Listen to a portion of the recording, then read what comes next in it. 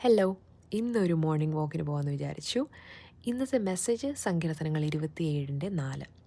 ഞാൻ യഹോവയോട് ഒരു കാര്യം അപേക്ഷിച്ചു, അതുതന്നെ ഞാൻ ആഗ്രഹിക്കുന്നു, യഹോവയുടെ മനോഹരത്വം കാണുവാനും അവൻ്റെ മന്ദിരത്തിൽ ധ്യാനിപ്പാനും എൻ്റെ ആയുഷ്കാലമൊക്കെയും ഞാൻ യഹോവയുടെ ആലയത്തിൽ പാർക്കേണ്ടതിന് തന്നെ.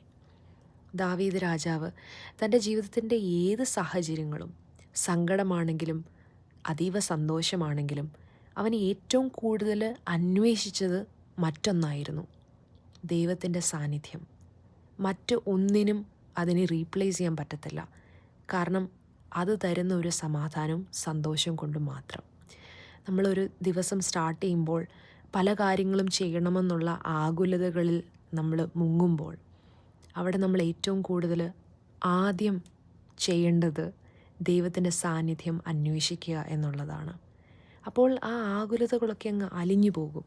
നമുക്ക് മറ്റൊന്നും ചെയ്യാനായിട്ട് ശക്തിയില്ല എങ്കിൽ കൂടെ ദൈവത്തിൻ്റെ ഒരു പ്രസൻസ്, അത് മാത്രം മതി റെസ്റ്റ് ഓഫ് ദ ഡേ അതീവ ശക്തിയായി തന്നെ കൊണ്ടുപോകാനായിട്ട്. അപ്പം നല്ലൊരു ഡേ എല്ലാവർക്കും ആശംസിക്കുന്നു.